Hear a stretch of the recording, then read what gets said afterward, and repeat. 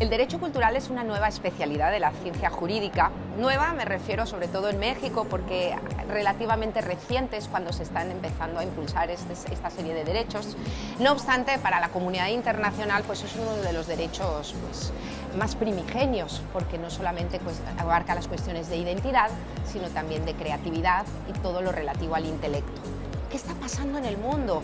Finalmente, todos somos seres humanos y todos tenemos dignidad, y es lo que tutela justamente los derechos culturales, entendidos como derechos humanos. Todos los derechos culturales abrazan 9 dimensiones. Educación, cultura tiene todo lo relativo a las bellas artes y al progreso científico, patrimonio cultural material e inmaterial, derechos de autor, medios de comunicación y nuevas tecnologías, pueblos originarios, fomento artesanal, símbolos nacionales e identitarios y diversidad cultural. Y tenemos unos estándares internacionales que a partir del 2011 tienen aplicabilidad y fuerza directa y vinculante para todos los órdenes de gobierno y para los 3 poderes del Estado. Pero a nivel infraconstitucional, es decir, a nivel legal y al nivel administrativo o infralegal, a nivel de políticas públicas, todavía esos estándares no están plasmados ni instrumentados ni implementados ni a nivel legislativo ni a nivel de políticas públicas culturales. Propongo una metodología para legislar y para instrumentar políticas públicas en materia cultural. Una metodología basada en el principio de indivisibilidad de los derechos culturales. ¿Qué quiere decir? Que los derechos culturales son un sistema. Y a partir del artículo 1 constitucional que dice que toda autoridad en el ámbito de sus competencias tiene la obligación de promover, proteger, respetar y garantizar los derechos humanos, entre ellos los culturales. ¿Qué quiere decir? ¿Cuáles son los derechos culturales? ¿Quiénes integran el sector cultural? Y dejar todo lo comercial para que sea financiado con recursos privados, para que los recursos públicos sean implementados según una metodología y según lo establecido en el artículo 1 constitucional.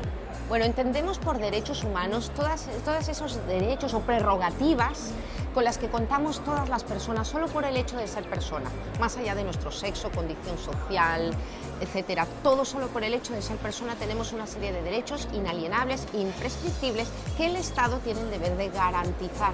En el marco de la investigación jurídica en materia dogmática de derecho cultural, la garantía de primer nivel, que es la que hemos estado analizando, que es la garantía legal, hemos observado que hay una serie de vicios, que le llamamos vicios de inefectividad del sistema jurídico cultural mexicano, porque el corpus juris cultural no está armonizado con la legislación internacional.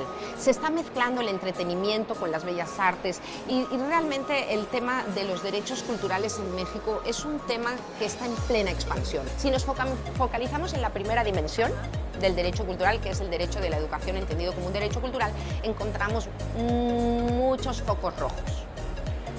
Uno, por ejemplo, dicen que la educación es laica. Pero si estudiamos el derecho de la educación en relación con los símbolos nacionales e identitarios, ¿qué observamos? Que se recitan el himno nacional, el dedo de Dios y los ángeles y los trinos, y hasta se insta a morir por la bandera. Entonces, ahí hay una cuestión que en otros países está muy avanzada y que en los poderes públicos no tienen que decir a quién tenemos que amar. El artículo 3 constitucional de México dice que la educación tiene que tender al amor a la patria. Entonces, en ese marco de los derechos humanos y el derecho de la educación, tenemos que tener mucho cuidado, porque el Estado tiene vetado interferir en la conciencia humana. Entonces, la educación no es laica, la educación insta a adorar símbolos, la educación tiende a la identidad nacional, y todo lo que tiene que ver con la identidad nacional viola el principio de libertad, de desarrollo de la personalidad, porque inhibe el libre desarrollo de las propias comunidades, de cada comunidad cultural. Bueno, son resultados de investigación. La verdad es que mi intención era investigar sobre la identidad y sobre la creatividad, y salieron otras cuestiones que aquí en estos libros los plasmamos para ponerlos sobre la mesa y empezarlos a discutir y ver si son pertinentes, continuarlos, o por el contrario requerimos una modificación a las instituciones y a las políticas educativas.